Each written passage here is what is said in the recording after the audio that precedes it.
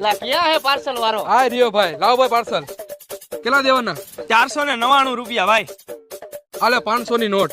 પણ ભાઈ રૂપિયો છૂટો નથી. અરે મોજ કર વાલા, મારે પૈસાની કાંઈ કમી નથી. જા. એલા 1 રૂપિયો તે કા પાછો નો લીધો? એલા ભાઈ 1 રૂપિયામાં આપણને કાંઈ ફેર ન પડે, અને 1 રૂપિયામાં નાનો માણસ કેવો રાજી થાય.